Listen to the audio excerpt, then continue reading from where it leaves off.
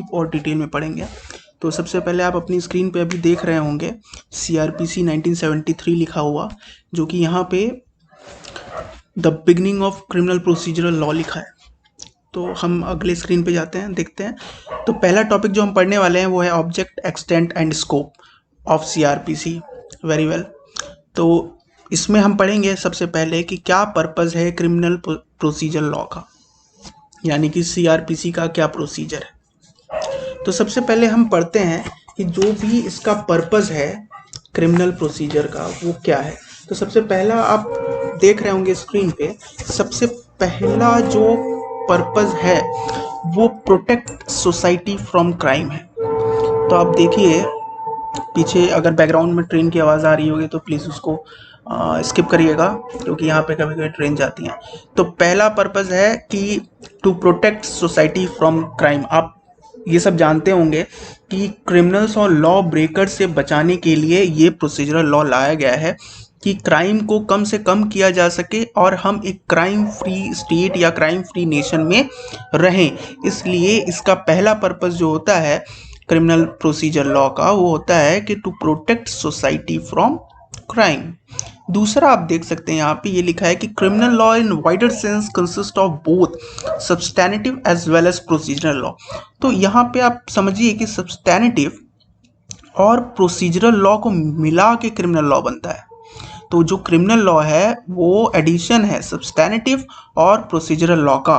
तो सब्सटैनिटिव लॉ कौन से लॉ होते हैं? सब्सटैनिटिव लॉ वो लॉ होते हैं जो किसी के राइट्स और लायबिलिटीज बताते हैं, बस यहाँ तक नहीं, किसी के राइट्स और लायबिलिटीज नहीं। सब्सटैनिटिव लॉ वो लॉ होते हैं जो एक्चुअल में इसका डेफिनेशन हम कह सकते हैं कि जो पनिशमेंट बताते हैं, प्रिस्क्राइब करते हैं और क्राइम बताते हैं। यानी कि जैसे कि अगर आप IPC देखे हो तो IPC में बताया गया है कि वहाँ पे ये आपने ये ऑफेंस किया है और उसका क्राइम वहाँ पे प्रिस्क्राइब है। तो सब्सटैनिटिव लॉ बेसिकली क्या बताते हैं? वो ऑफेंस बताते हैं और उसका पनिशमेंट बताते हैं। तो सब्सटैनिटिव लॉ अगर आप देखें तो बताते हैं ऑफेंस और उसका पनिशमेंट। और ये जो प्रोसीजरल लॉ है वो क्या करता है फिर? प्रोसीजरल लॉ जो है ये सब्सटैनिटिव लॉ का एडमिनिस्टर करता है। ये देखिए एडमिनिस्टर करता है। कैसे एडमिनिस्टर करता है? कि जो भी सब्सटैनिटिव लॉ में लिखा हुआ है वो तो अपने से कोई किसी ने चोरी कर ली, किसी ने 378 किसी पे लग गया IPC का, उसने चोरी कर ली, तो क्या ये IPC जो है उसको ला के उसका ट्रायल करवा सकती है? ट्रायल करवा सकती है? नहीं, ट्रायल IPC नहीं करवा सकती है। IPC एक सब्सटैनिटिव लॉ है लेकिन वो ट्रायल नहीं करवा सकती है। इन्वेस्टिगेशन करवा सकती है? बिल्कुल नहीं करवा सकती है। तो ये ट्रायल और इन्वेस्टिगेशन कौन करवा सकता है? ये करवाएगा कौन? प्रोसीजरल लॉ, यानी कि CRPC।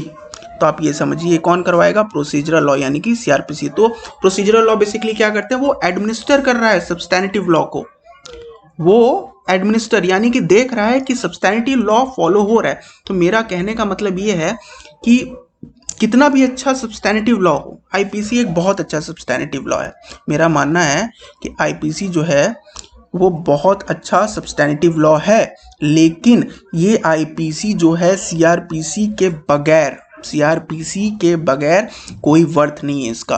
अगर ये IPC कितना भी अच्छा सब्सटैनिटिव लॉ हो जाए लेकिन उसका प्रोसीजरल लॉ ना अच्छे से फॉलो हो तो उसका कोई एक्सिस्टेंस का मतलब नहीं है। तो इसीलिए मैंने लिखा है कि criminal law in wider sense consist of both substantive as well as procedural law. In what which defines substantive is what, substantive वो है जो ऑफेंस डिसाइड करता है, ऑफेंस डिफाइन करता है, और प्रिस्क्राइब करता है उसके पनिशमेंट, जहाँ की प्रोसीजरल जो है वो एडमिनिस्टर करता है सब्सटैंटिव लॉ को। और ये तो बात आपको समझ में आ गई होगी कि CRPC जो है एक प्रोसीजरल लॉ है। ये बात आपको वेरी क्लियरली समझ में आ गई होगी, क्योंकि वो प्रोसीजर बताता है, एडमिनिस्टर करता है सब्सटैंटिव लॉज को। चौथा नंबर पे ये मैंने लिखा है कि सब्सटैंटिव लॉ जो है वो सेल्फ ऑपरेटिव नहीं हो सकता है, बिल्कुल नहीं हो सकता सेल्फ ऑपरेटिव। कैसे सेल्फ ऑपरेटिव हो जाएगा? उसके लिए प्रोसीजर चाहिए, उसको एक प्रोसीजर चाहिए ऑपरेट होने के लिए। बिना प्रोसीजर के वो सेल्फ ऑपरेट बिल्कुल नहीं हो सकता है। तो कोई भी सब्सटैंटिव लॉ के लिए एक प्रोसीजरल लॉ चाहिए ताकि वो ऑपरेट हो सके।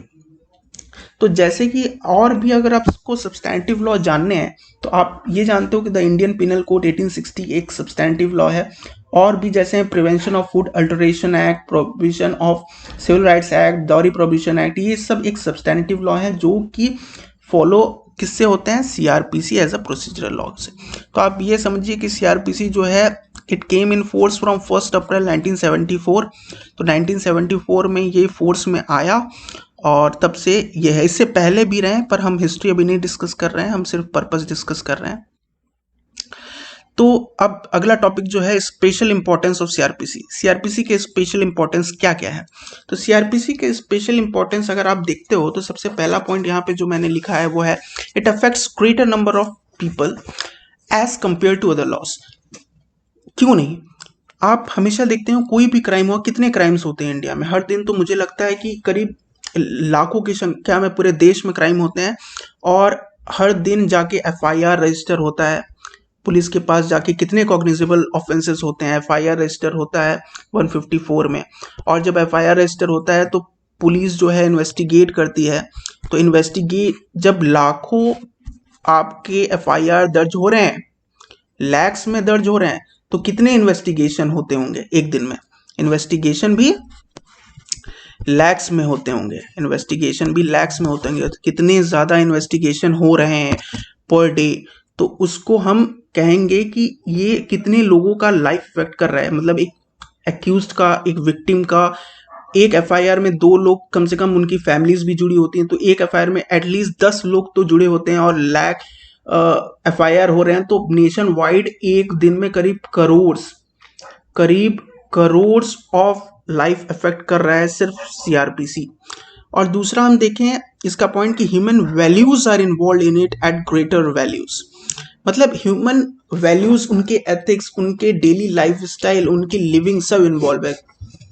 तो कोई अगर आप कॉन्स्टिट्यूशन का एग्जाम्पल ले लें तो आपको ये पता है कि राइट टू स्लीप एक फंडामेंटल राइट है, ये आपका अधिकार है, सोना आपका अधिकार है। वो किसी ने वॉयलेट कर दिया तो भले वो सीआरपीसी में नहीं जाएगा, वो एक अगर सिविल में जाता है तो सिविल में जाएगा। मैं एक एग्जाम्पल के रूप में बस आपको बता रहा हूँ कि अगर किसी ने वो आपको वायलेट कर दिया तो वहाँ भी आपके वैल्यूज जुड़े हुए हैं, वहाँ भी आपके अधिकार जुड़े हुए हैं। आप जाके इसको एनफोर्स करा सकते हैं, अपने अधिकार को एनफोर्स करा सकते हैं, और आप जाके हेल्प ले सकते हैं। इसीलिए आपके पास जैसे एक राइट है कि आपके घर में कोई भी ट्रेस पास नहीं कर सकता है, ये आपका वैल्यूज है। यहाँ पे राइट्स हैं, तो आपके घर पे कोई भी ट्रेस पास नहीं करता। पर आके किसी ने ट्रेस पास कर दिया तो आपके पास रेमेडी, आप जाओगे तुरंत पुलिस स्टेशन और एफआईआर लॉन्च कर दोगे ट्रेस पास का,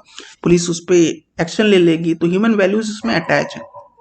तीसरा पॉइंट आप देखें कि as it is complementary to यहाँ प्रोसीजरल लिखा है, इसको सब्सटैंटिव ले लीजिए। As it is complementary to substantive law, so if it is not followed properly it would seriously impact the substantive law. ये पॉइंट मैंने आपको पहले समझा दिया है कि जो भी सब्सटैंटिव लॉ है उसका जो प्रोसीजरल लॉ अच्छे से फॉलो नहीं होगा तो सब्सटैंटिव लॉ की ज़्यादा कोई वैल्यू नहीं रहेगी। जो बेसिक कंसिडरेशन है टेकन इन सीआरपीसी, वो क्या क्या कंसिडरेशन लेके सीआरपीसी बनाया गया है, तो हम ये डिस्कस कर रहे हैं।